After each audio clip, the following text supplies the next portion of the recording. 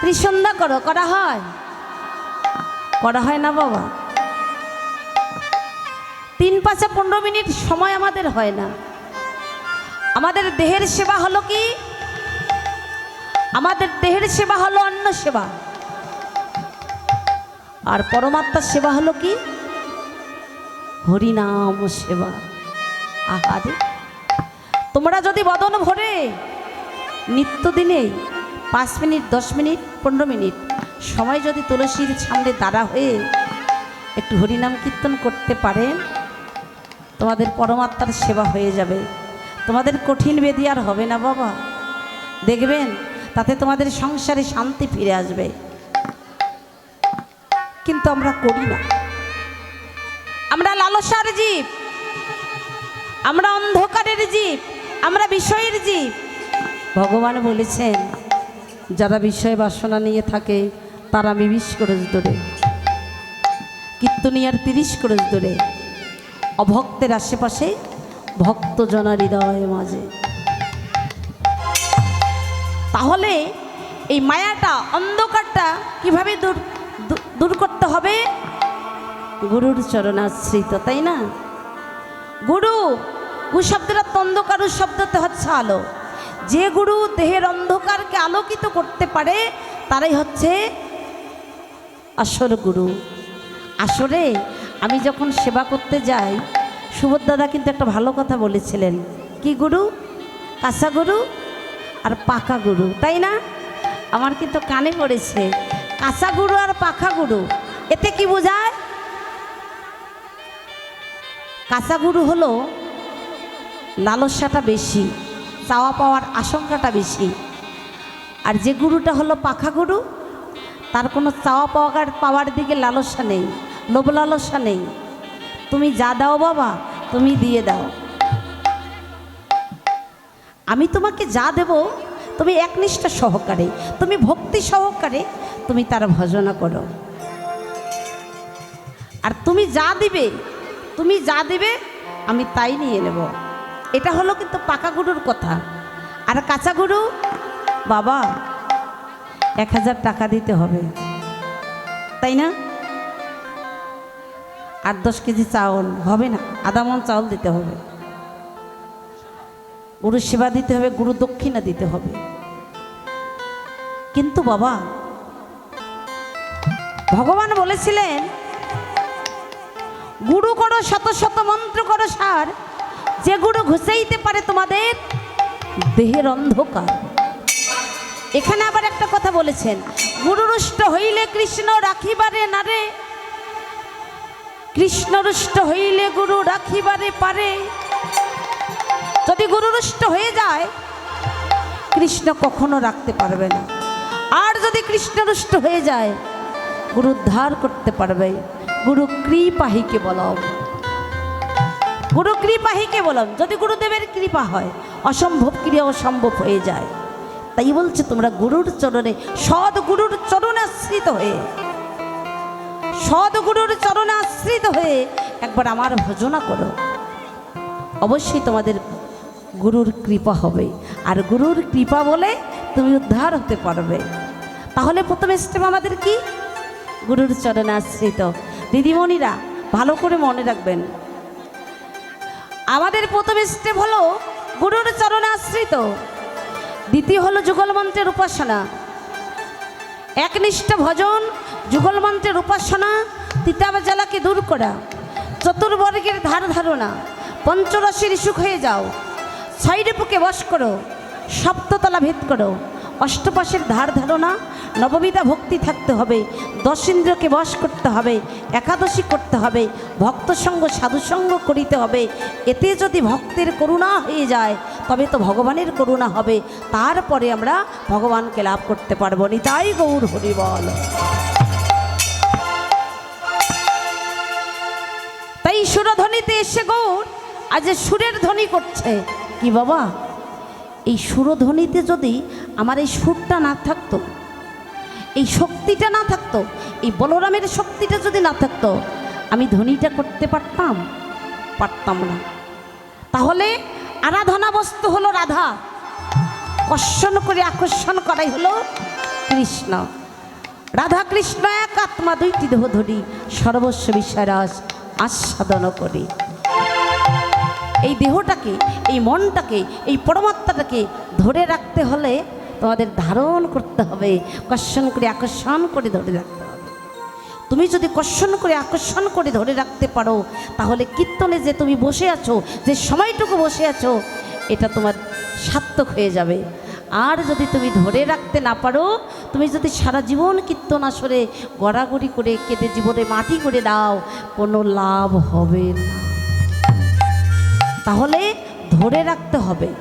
ভগবান গীতার মাধ্যমে বলেছে, সর্বধর্মান্ন পরিত্যাজ্য মামেকং শরণং ব্রজ ইতি অহং তং সর্বপাপেক্ষ মোক্ষয়ামি। তুমি সকল কিছু পরিত্যাগ করে আমার চরণে শরণাগত হয়ে যাও, তাহলে তোরা আমাতেই পাবে। কিন্তু এখানে একটা বিষয়, সকল কিছু পরিত্যাগ করে, সকল কিছু পরিত্যাগ করে একেবারে বাদ দিতে বলে নাই। গীতায় কতটা শ্লোক, অধ্যায় কতটা অধ্যায় আছে বলুন তো দেখি? 18টা অধ্যায়। কতগুলো শ্লোক আছে? 700 শ্লোক আছে। এই 700 শ্লোক 18টা অধ্যায় পড়ে আমরা কি পেলাম? ত্যাগ। ত্যাগ করো, কর্মের মাধ্যমে কর্ম করো, ফলের আশা করো না। ভগবান বলছে ফলের আশা করো না, আমি তো আছি। তিনি হলেন করুণার সাগর, আমি কৃপা করে রেখেছি। তোমরা কর্ম করো, ফলের আশা করো না। সম্পূর্ণ গীতা পড়ে আমরা বুঝতে পারলাম কি? ত্যাগ। তোমাদের ভোগেই শান্তি নয়, শান্তিটা হলো তোমাদের ত্যাগেই। তুমি যদি তোমার ভিতর থেকে ত্যাগ করতে না পারো, বিষয়কে ত্যাগ করতে পারো না, লালসাকে ত্যাগ করতে পারো না, লোভকে ত্যাগ করতে পারো না, তাহলে তোমার আবার আসতে হবে আর যেতে হবে। আর তুমি সব কিছুকে ত্যাগ করিতে পারো, তাহলে তুমি ভগবানের যুগল চরণের আশ্রিত হয়ে যাবে। এটাই গৌর হরি বল, হরি বল। জয় রাধে। কি বাবা, যদি দেখবেন যেটা জিনিস বেশি চাবেন, ওই জিনিসটা নিয়ে তোমাকে কাঁদিতে হবে, বিপদে পড়তে হবে। আর তুমি যে জিনিসটা বেশি নেবে না, দেখবে নাড়বে চাড়বে, বেশি কাছে নেবে না, ভোগে নয় ত্যাগে, তাহলে তুমি ত্যাগে যাও। যদি ত্যাগে না হতো বাবা, যদি এই নারীতে শান্তি মিলতো, নারীতে ভোগ মিলতো, নারীতে ভক্তি মিলতো, তাহলে বাবা তুমি যতদিন দিতে পারো ততদিন নারী ভালো। তুমি যদি দিতে না পারো, তোমাকে ডিভোর্স দিয়ে ঢাকায় চলে যাবে। যাবে না বাবা? বাস্তব প্রমাণ। তুমি এই নারীতে আসক্ত হয়েছ, তুমি নিত্যদিনেই বলি হয়ে যাচ্ছ। জীব হত্যা মহাপাপ, তুমি তো বলি হয়ে যাচ্ছ। তুমি ভাটির দ্বার বন্ধ করছো না, তুমি বলি হয়ে যাচ্ছ। নারীতে আসক্ত, তুমি যে নারীতে আসক্ত, এই নারীতে যদি প্রেম থাকতো, নারীতে যদি ভক্তি থাকতো, নারীতেই যদি ভালোবাসা থাকতো, নারী আর তোমাকে ডিভোর্স দিত না।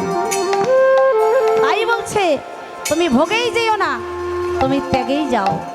ত্যাগেই যখনই যাবে, তোমাদের ভাটির দ্বার বন্ধ হয়ে যাবে, কুলকুণ্ডলিনী জাগ্রত হবে, জল উজানে বইবে, কৃষ্ণ প্রেমের উদয় হয়ে যাবে। তুমি সারা জীবন যে ধন পাও নাই, আসরে বসে 5 মিনিটে সে ধন তুমি পেয়ে যাবে। তুমি ভগবানের সেবায় লেগে যাবে। নিতাই গৌর হরি বল, হরি বল, হরি বল। জয় রাধে। তাহলে আমাদের জনমটা যেহেতু হরিনাম ছাড়া, হরিনাম বিনা কিন্তু মানব জনম বৃথা। যে দেহে হরিনাম কৃষ্ণ নাম আস্বাদন করবে না, শুনবে না, ভালো লাগবে না। আমি আনছি জেনে আমাদের গ্রামে একটা মহিলা সঙ্গ আছে, এই মহিলার সঙ্গে মাঝে মাঝে যাই একটু ধরে রাখার জন্য। আমার ঠাকুমা পড়তো, আমার ঠাকুমা নাই তো, এখন আমি যাই। আমার তো কীর্তন আবার সাপ্তাহিক সঙ্গ হয় না, কীর্তনে আসি। এখন আমার এক ভাই বউ আছে, ছোট ভাইয়ের বউ আছে, আমি তাকে কিছুটা শিখিয়ে দিলাম। এখন ও যায়। এখন সবাই কিন্তু আমার কথাই বলে। আচ্ছা, আমি যখন পাই সময় তখন যাই। কিন্তু একদিন আমি এক বাড়িতে গিয়েছি, ওই বাড়িটা গ্রামবাসী আমার ভাই লাগে। তার বাড়িতে যখন আমি গীতার আসরে বসলাম, ওই দাদা আমারে বলে যে আচ্ছা ললিতা দিদি, সব পাঠক তো একই কথা বলে, সব পাঠক তো একই কথা বলে, এই কীর্তনীয় কন, ভাগবত পাঠক কন, গীতা পাঠক কন, এরা কি বাইরের কথা বলবে? এই কীর্তনের কথাগুলো এলে কি আমার কথা, আমার বাবার কথা? হ্যাঁ, ভাগবতের কথা কি আমার বাবার কথা? গীতার কথা আমার বাবার কথা? না। আমি তখন তারে বললাম, কয় যে এই কথাগুলো তো আমরা সবাই জানি, এই কথাগুলো আমরা সবাই জানি, কিন্তু আমরা কেন বলে দিচ্ছি? সনাতন ধর্ম ছিল, আছে, থাকবে। সোনা কখনো ক্ষয় যায় না, গলে যায় না, পচে যায় না, শুকে যায় না, ছিল, আছে, থাকবে, তাকে ধরে রাখতে হবে। তুমি যদি এই সোনাকে ধারণ করে রাখতে না পারো, তুমি কোনোদিনও সোনা হবে না, তুমি সোনা হবে না। তোমার ভিতরে কি সোনা আছে না পরমাত্মা আছে না? পরমাত্মার কি মৃত্যু আছে? যখন দেহ থেকে প্রাণ পাখি চলে যায়, এক দেহ ত্যাগ করে অন্য দেহর মাঝে দেহান্তরিত করে নয়, পুরাতন খাঁচা পরিত্যাগ করে নতুন দেহর মাঝে দেহটা দেহান্তরিত করে নেই, তুলে নেই। তাহলে পরমাত্মার তো কখনো মৃত্যু নেই। আর পরমাত্মার যদি মৃত্যু নেই, পরমাত্মাটা সেবা দিতে হবে কি দিয়ে? হরিনাম কৃষ্ণ নাম দিয়ে সেবা দিতে হবে।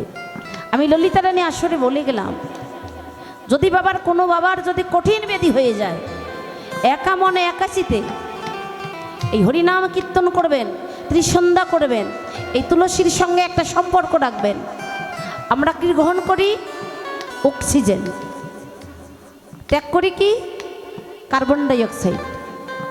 এই যাওয়া আসার মধ্যেই কিন্তু আমাদের ভজন বাবা 64টি লীলা, শ্রেষ্ঠ লীলা হলো দুটি, একটা হলো আসা, একটা হলো যাওয়া।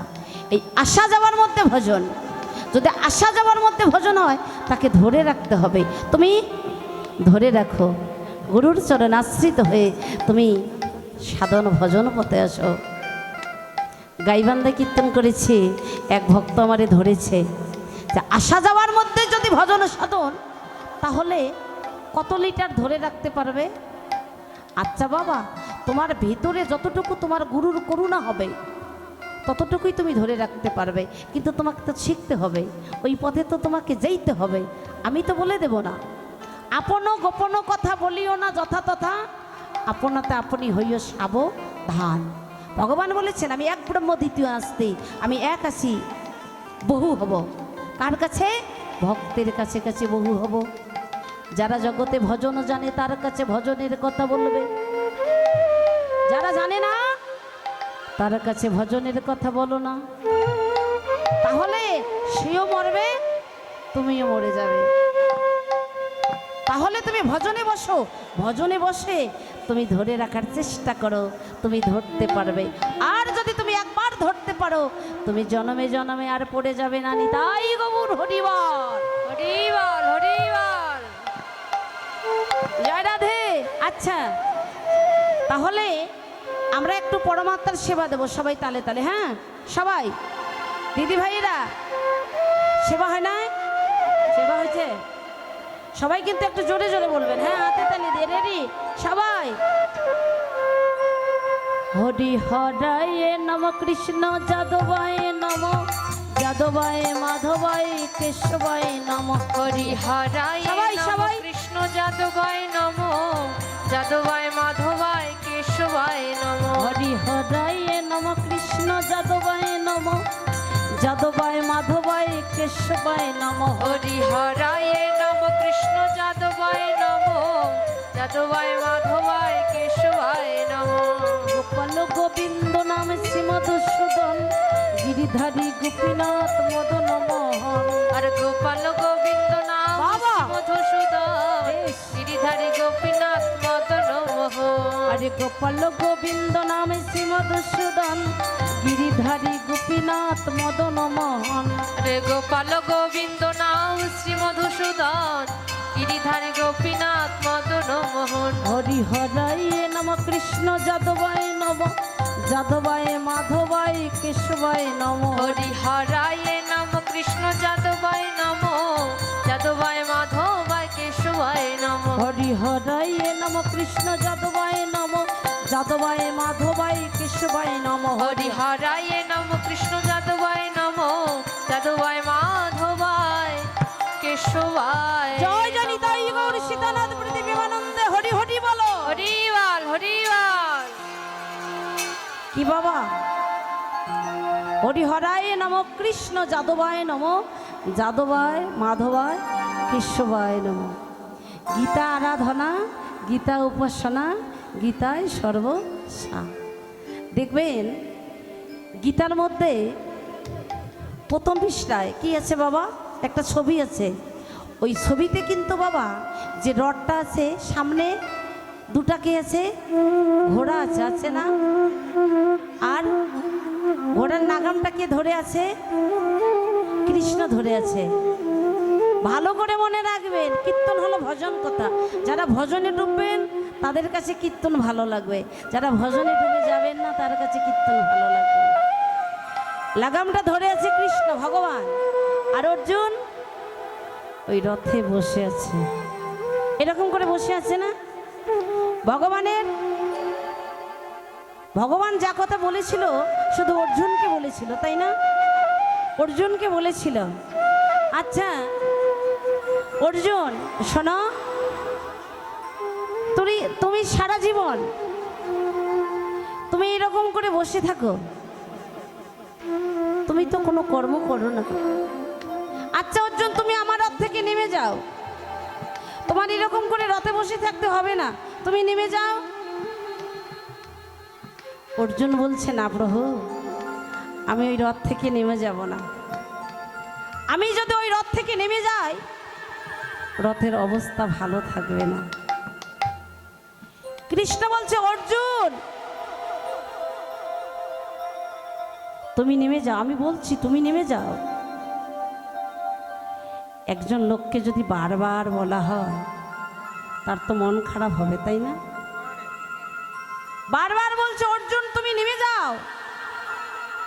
অর্জুন মন খারাপ করে রথ থেকে যখনই নেমে গেলেন আমার কৃষ্ণ চলে গেলেন। অর্জুন নেমে গেলেন, তারপরে সঙ্গে সঙ্গেই কৃষ্ণ নেমে গেলেন। যখনই কৃষ্ণ নেমে গেলেন ওই রথখানা দাউ দাউ করে আগুনে পড়ে ছাই হয়ে গেল। নিতাই গৌর হরিবল হরিবল হরিবল। কিন্তু বাবা এই যে কাম ক্রোধ লোভ মদ মৎসর্য এগুলোর নাগামটা ধরে আছে কৃষ্ণ, আর তার মধ্যে বসে আছে অর্জুন, যে অর্জন করছে। আপনারাই অর্জুন, আপনারা অর্জন করছেন।